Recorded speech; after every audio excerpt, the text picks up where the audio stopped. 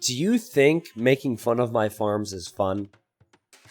Do you think it's hilarious that I've been playing this game for well over 6 years and I still can't place farms correctly? Well, guess what?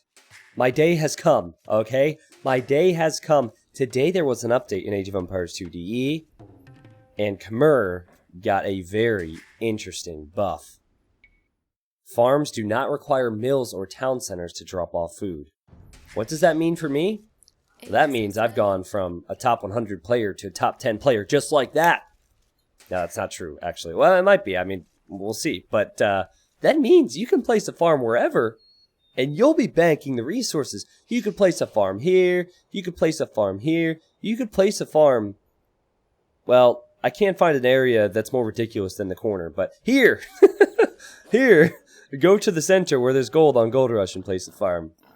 They buffed me, guys. They buffed me. I don't know if it was out of sympathy or if they genuinely thought it would be a good buff for the Khmer, but I like it. I like it. So this is actually the first game I played on the new update. I picked Khmer to try it out. My opponent, Riley, who's a German high-level player, he chose Mirror because he likes to do that. Some players do that because they're worried about imbalanced Civ matchups.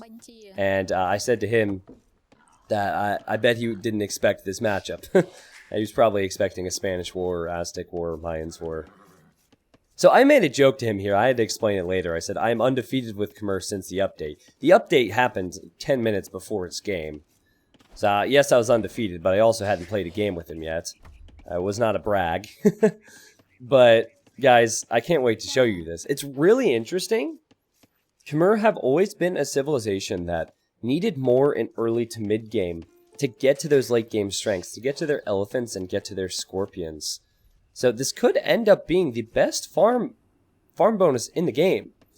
Could be better than Slavs. They currently farm 10% faster. It could be better than all types of civilizations.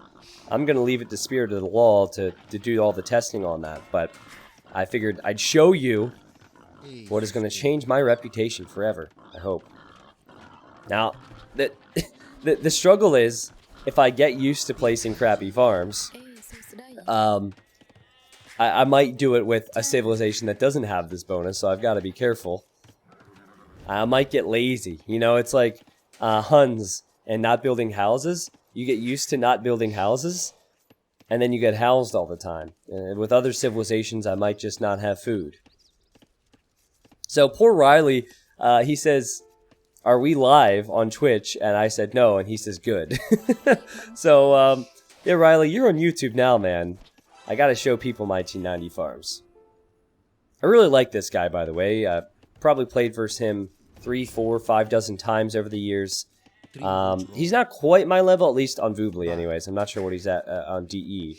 But he's a nice guy. I'd like to be able to play players who can have a conversation and aren't, well, toxic and rude. And it's not that that's super frequent, but occasionally you'll get a guy who will not call the GG or not say good luck, have fun. And, well, it's not the biggest deal. I don't know. I just like that.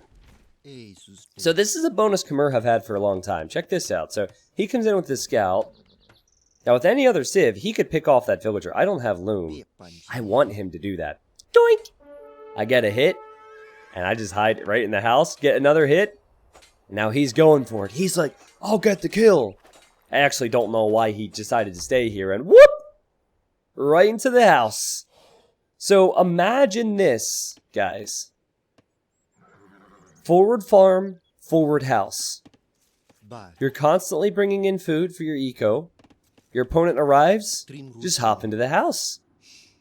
You could do a lot of interesting things with this civilization. I'm not going to go forward farm in this game, but I am going to show you just how it works and plays out in the game. Now, I've gone for a 21 population feudal. My economy was really healthy. If you missed it, I pushed in all of my deer, so I have tons of food. Transferring to wood. I also have a full HP scout, and he does not, so I was feeling pretty good about this position. I have to be careful, though. I saw the deer, I saw the stone, now I see a house here, so I can assume his town center is to the north. But But yeah, I guess while you wait to see what these farms look like and how quickly the food comes in, because you probably haven't seen it in a game yet. Trust me, it's crazy. But let me know what you think about this bonus and other ways it can be used. I think that's the biggest thing I want to know. Like, what strategies does it buff? I think it buffs forwards. It also buffs standard play. I feel like it makes Khmer a much better late game civilization because in late game on Arabia or any open map, players will attempt to raid, and as they're raiding and moving all around, it takes a lot of APM to place farms at the same time.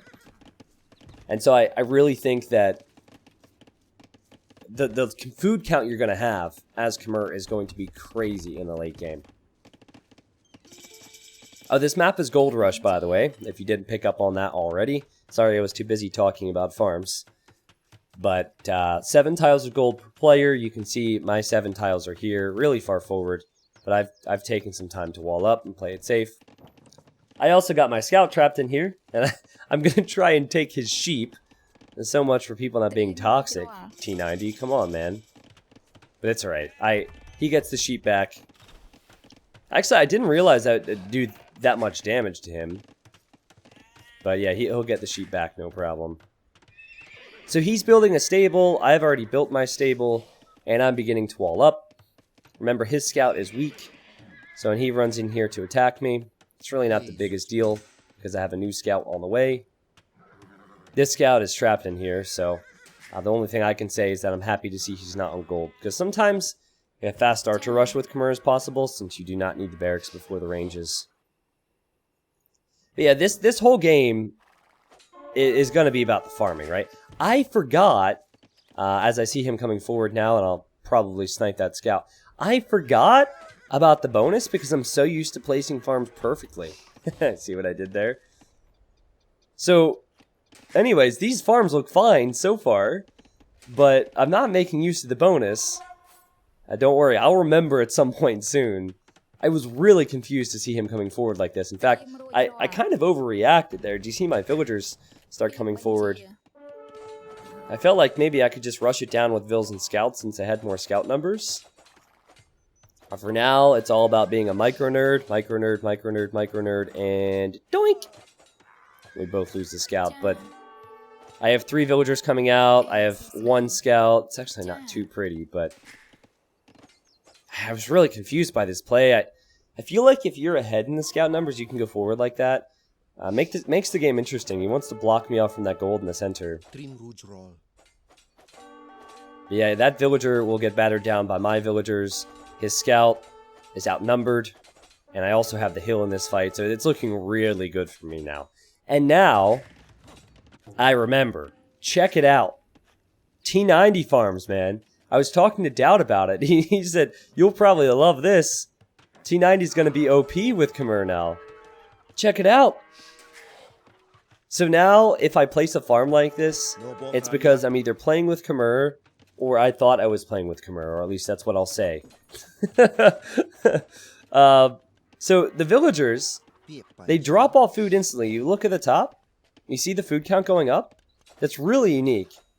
And it seems so fast, too.